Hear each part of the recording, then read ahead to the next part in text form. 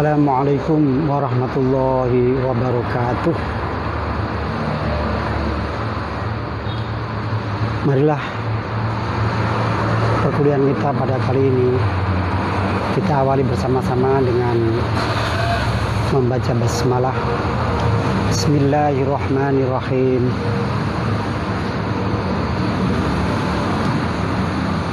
Pada pertemuan kali ini kita akan kuliah bersama-sama tentang ulumul Quran di Indonesia.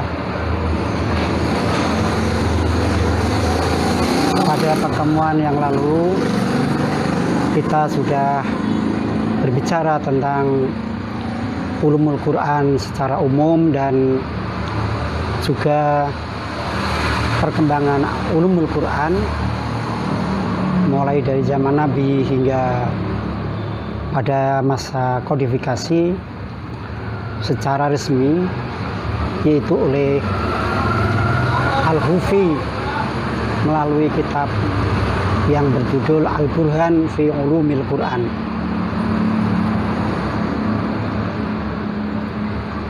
Pada dasarnya ulumul Quran ini terinspirasi oleh kondisi real yang ada pada sejarah Al-Quran secara umum, di mana Al-Quran pada masa awal,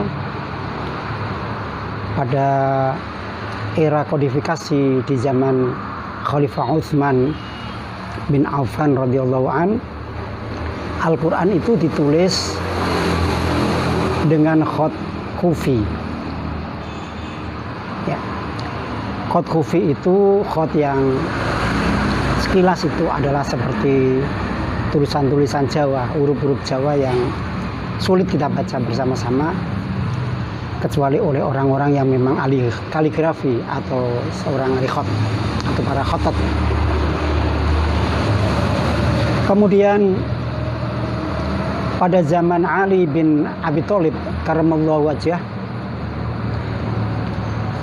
tulisan Al-Quran yang asalnya ditulis dengan kufi itu kemudian dilakukan gerakan taksinur rosm. Itu pada waktu itu beliau memberikan mandat kepada Abul Aswad Ad-Du'ali dengan memberikan syakal, tanda doma, tanda fathah, tanda kasroh, dan sebagainya. Tetapi pada waktu itu masih berupa titik atau masih berupa nuktoh, belum berupa harokat seperti sekarang ini.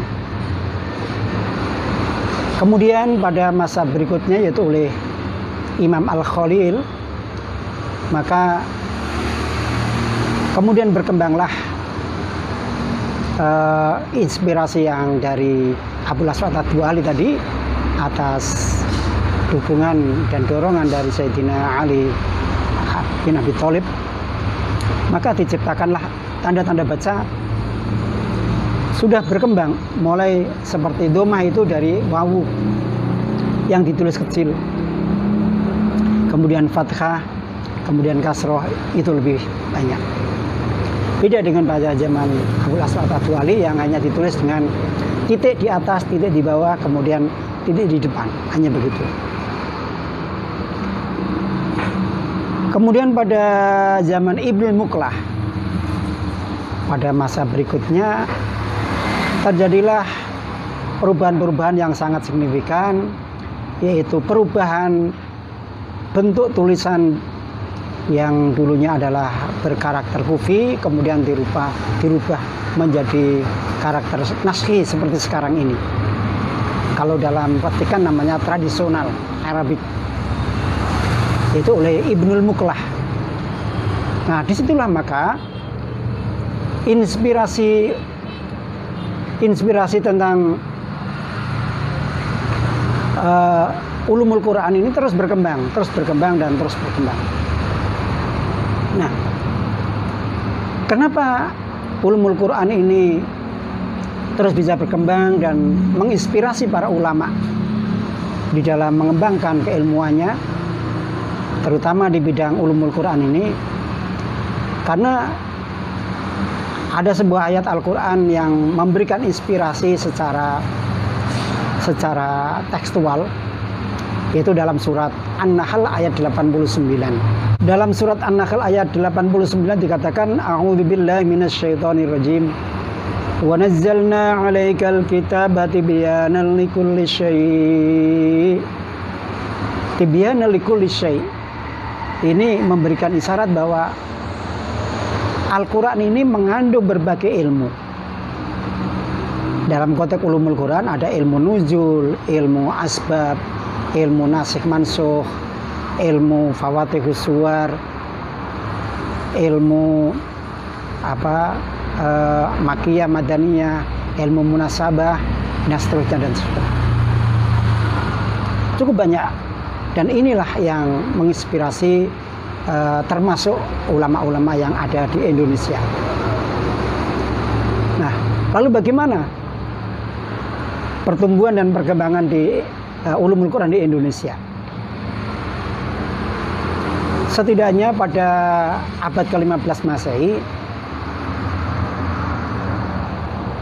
banyak ulama-ulama di Indonesia ini yang mulai bergerak secara khusus di bidang ulumul Quran. Tetapi perkembangan ulumul Quran di Indonesia ini sebenarnya sudah diinisiasi oleh ulama-ulama sejak masuknya Islam di Indonesia, sejak Wali Songo, sejak perkembangan Islam di Samudra Pasai. Ini semuanya memberikan gambaran bahwa ulumul Quran di Indonesia terus bergerak merangkak lebih baik, meningkat terus. Secara formal, dari perspektif sejarah, perkembangan ulumul Quran ini ditandai dengan adanya para ulama di bidang tafsir yang bergerak, yang menuangkan pemikiran-pemikirannya dalam bentuk tafsir Al-Quran. Dalam awal abad ke-17 atau di dalam awal abad ke-11 Hijriah, ini ada tokoh yang bernama Haji Syamsuddin As-Sumatrani, kemudian ada Syekh Imam Nawawi Al-Bantani yang punya kitab cukup banyak, diantaranya adalah Marah Labid, ya. Marah Labid Tafsir Nawawi, yang sering dikenal di dunia pesantren dengan nama tafsir Al-Munir, ya. Tafsir Al-Munir. Ini sebenarnya adalah Marah Labid ini. Kemudian ada Abdul Rauf As-Singkli. Abdul Rauf As-Singkli ini merupakan inisiator di dalam ulumul Quran, di mana beliau mengawali penulisan atau pengembangan Al-Quran ini dengan menerjemahkan Al-Quran ke dalam bahasa Melayu atau sekarang bahasa Indonesia dengan judul Tarjumanul Mustafid. Tarjumanul Mustafid. Ini sebuah perkembangan yang sangat mengagumkan dalam sejarah Islam di Indonesia. Kemudian berikutnya adalah tafsir Hamka, yaitu yang disebut sebagai Al-Azhar. Ini cukup banyak, berjilid-jilid. Kemudian tafsirnya Hasbi As-Siddiqi, An-Nur. Kemudian ada tafsirnya Mahmud Yunus.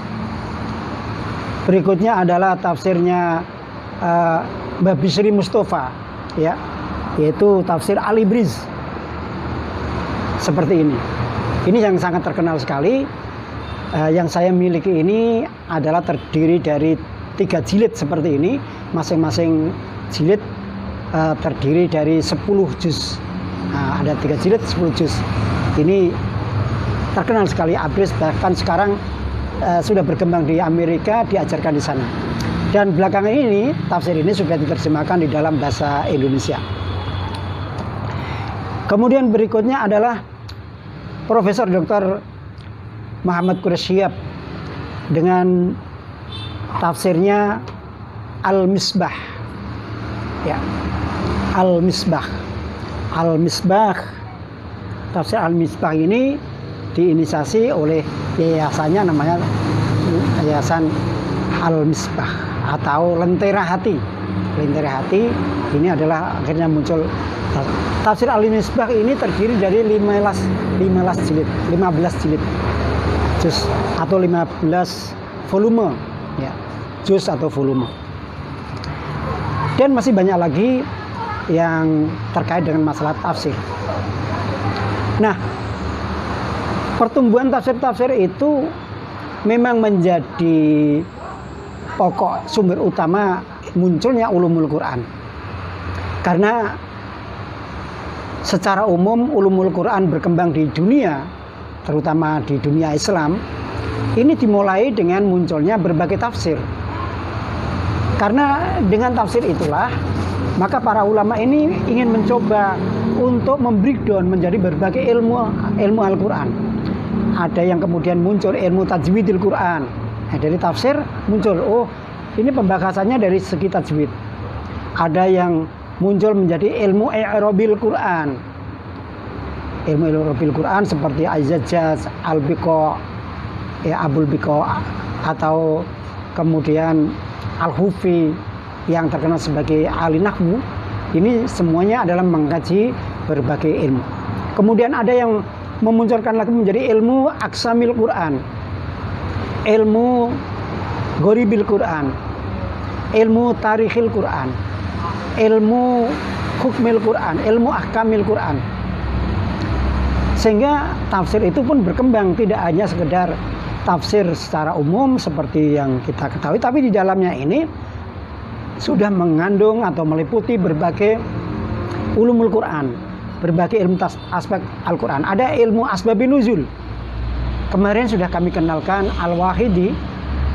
Ini mengembangkan ulumul Quran dari sebuah tafsir, yaitu tafsirannya namanya tafsir Al-Wajiz, dikembangkan menjadi asbabun nuzul. Ada bukunya tersendiri, kemarin sudah kami tunjukkan, namanya ilmu asbabin nuzul. Kemudian Imam Asyuti juga begitu. Di samping beliau punya tafsir Ad-Durrul Mansur fi ilmi tafsir, kemudian punya tafsir yang merupakan kolaborasi dengan Mbah Al-Mahali dengan judul Tafsir Al-Jalalain, ya, Jalaluddin Al-Mahali dan Jalaluddin Asyuti.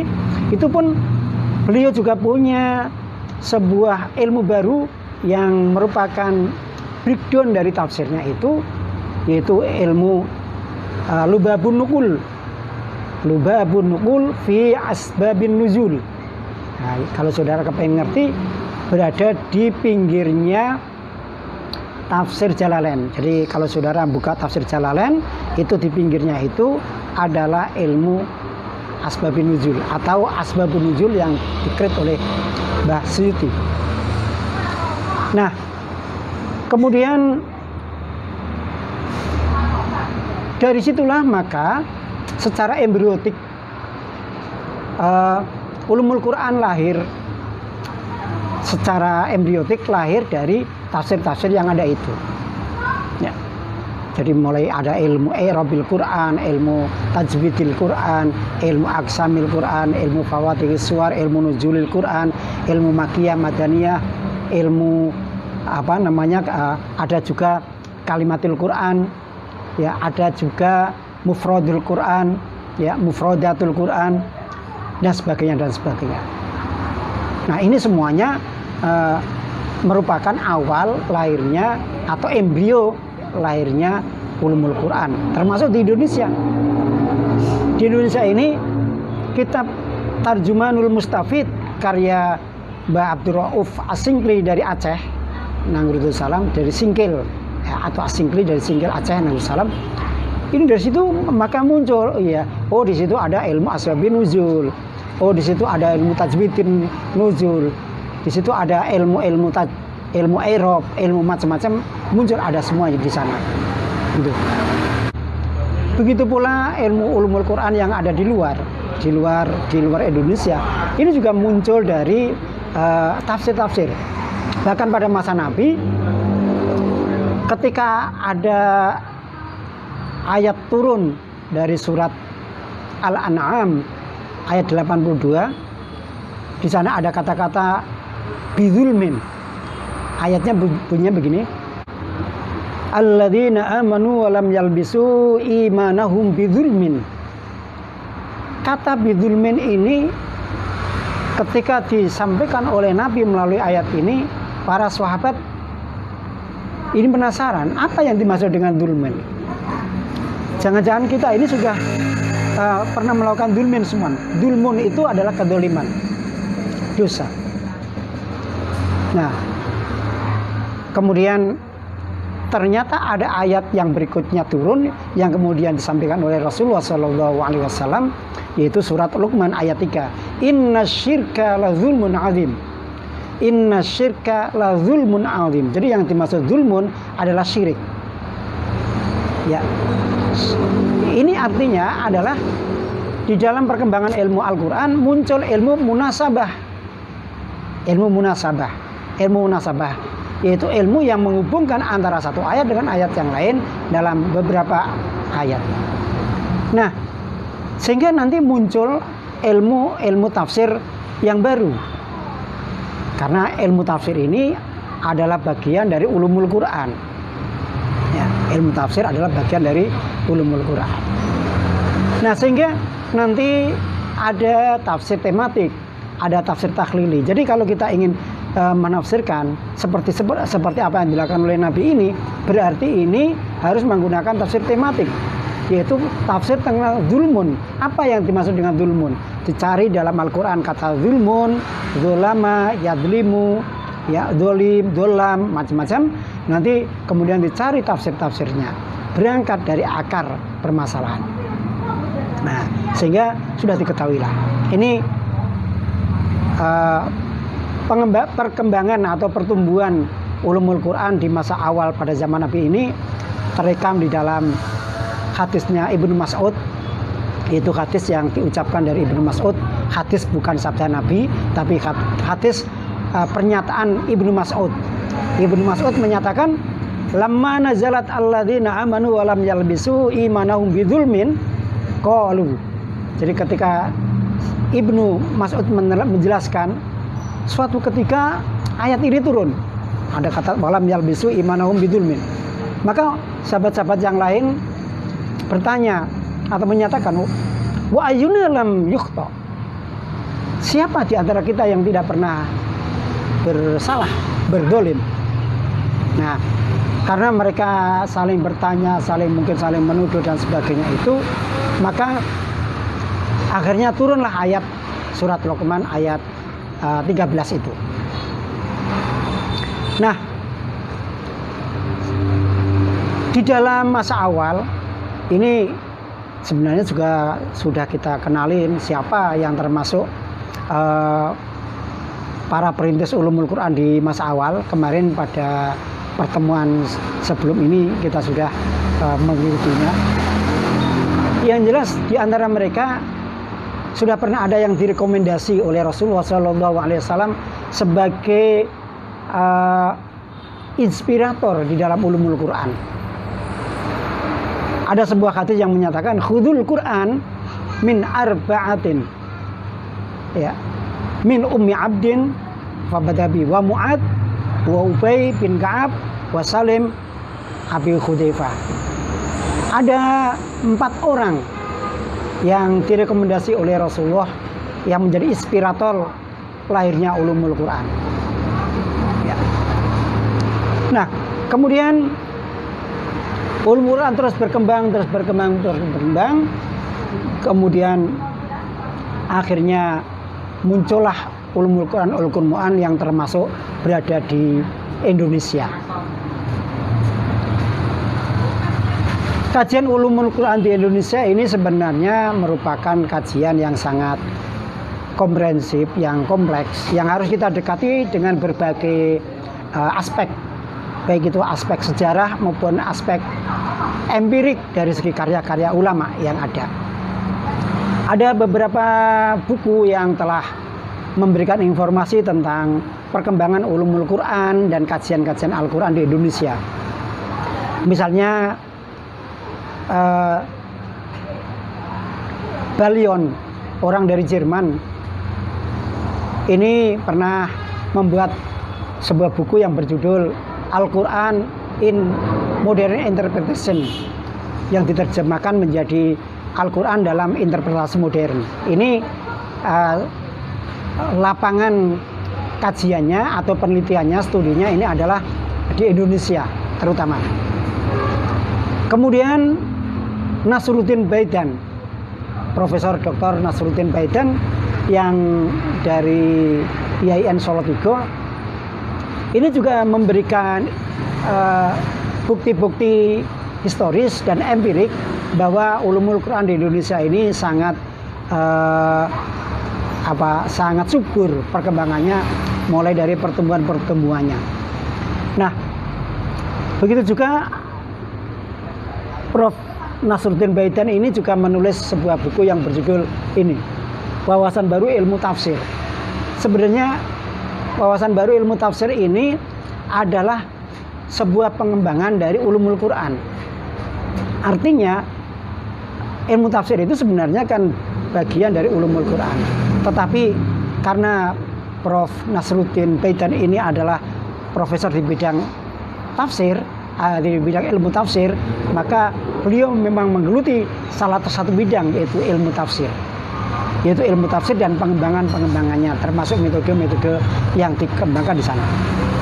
Tetapi sebenarnya ini merupakan salah satu wujud bahwa ulumul Quran sudah berkembang begitu pesat di Indonesia. Kemudian Islah Gusmian ada buku yang berjudul Khazanah Tafsir Indonesia. Ini juga menunjukkan bahwa kajian atau studi ulumul Quran dan Al-Quran di Indonesia ini cukup signifikan perkembangannya. Kemudian Federspiel, ya, Federspiel ini dalam bukunya berjudul Popular Indonesian Literature of the Quran, ini juga menunjukkan bahwa perkembangan tafsir, perkembangan Al-Quran, dan sekaligus perkembangan ulumul Quran di Indonesia ini memang tidak dapat dipungkiri. Ya.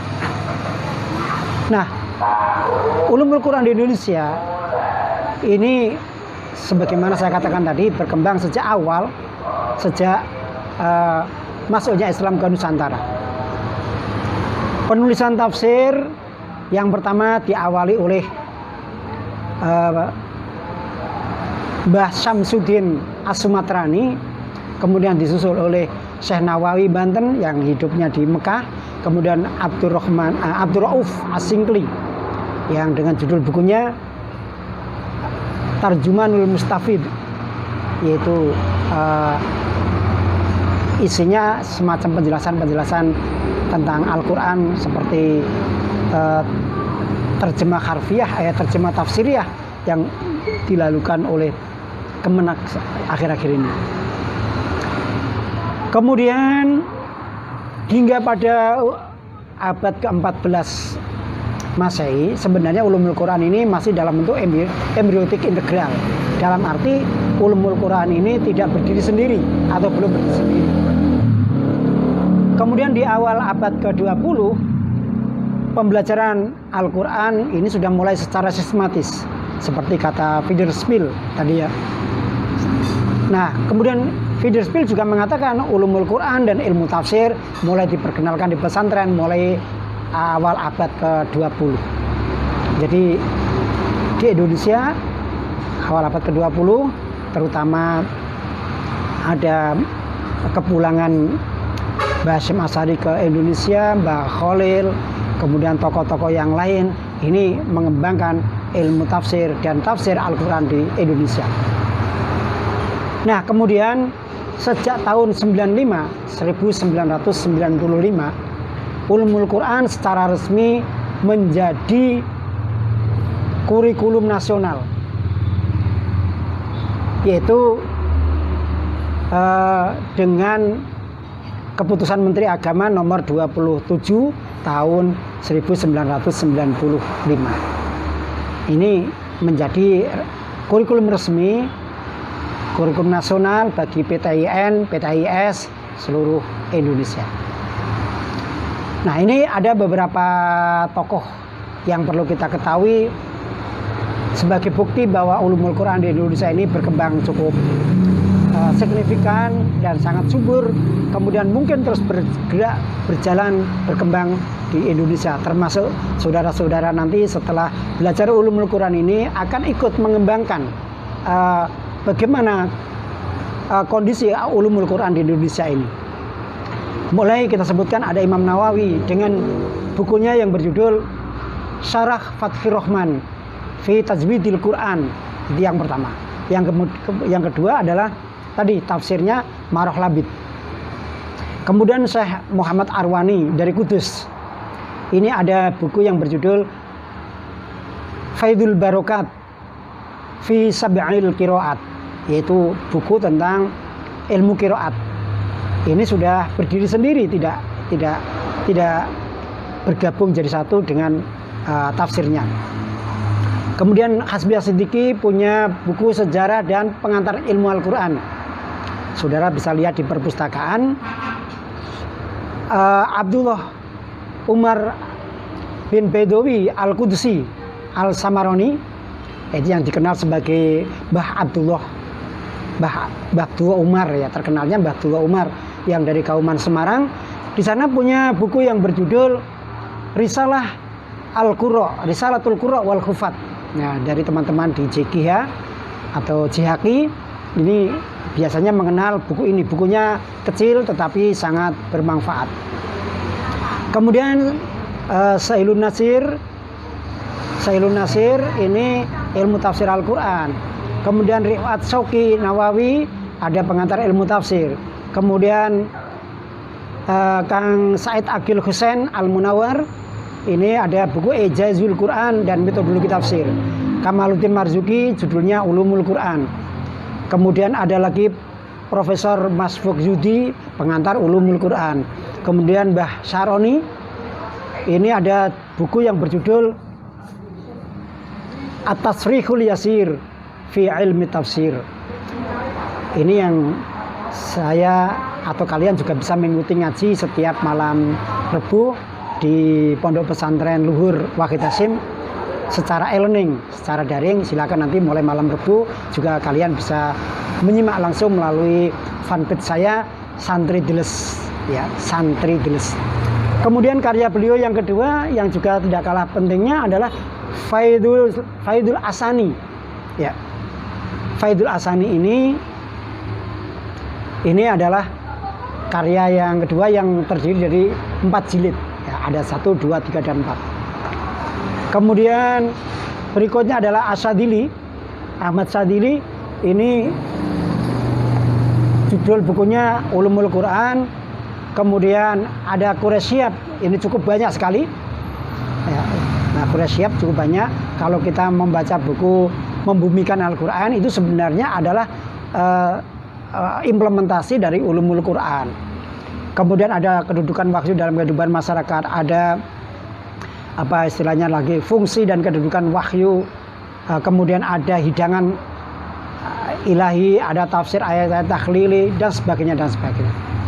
Kemudian ada Ulumul Quran yang sekarang berkembang menjadi sebuah jurnal. Dan tidak kalah pentingnya mungkin di hadapan kalian adalah buku Ulumul Quran yang kali ini menjadi salah satu sumber kuliah kita yang sangat penting kalian baca, sebab ini adalah merupakan ringkasan-ringkasan. Mungkin kalian juga bisa membaca buku Ilmu Nasikh wal Mansukh, ini juga tulisan saya, dan masih banyak lagi tulisan-tulisan itu. Saudara juga bisa membaca buku Abdul Jalal ini, Ulumul Quran. Ini merupakan buku yang sangat tebal, kalian juga bisa membaca. Dan masih banyak lagi. Begitulah. Dengan demikian, Ulumul Quran di Indonesia ini tidak sedikit.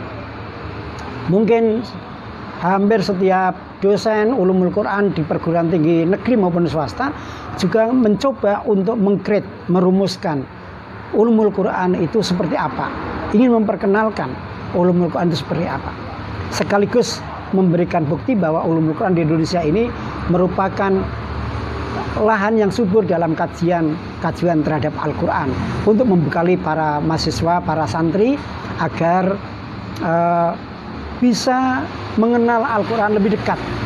Tidak hanya membaca Al-Quran dari segi lafal dan kemudian menerjemahkan begitu saja, tetapi memahaminya dengan bekal ulumul Quran sehingga punya pendekatan-pendekatan yang lebih komprehensif.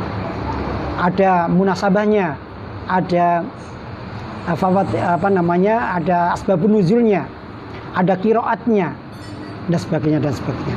Sebab Al-Quran ini memiliki banyak aspek. Demikian perkuliahan kita pada kali ini. Mudah-mudahan bisa bermanfaat bagi kita semua. Mari kita akhir bersama-sama dengan bacaan hamdalah. Alhamdulillahirabbil alamin. Assalamualaikum warahmatullahi wabarakatuh.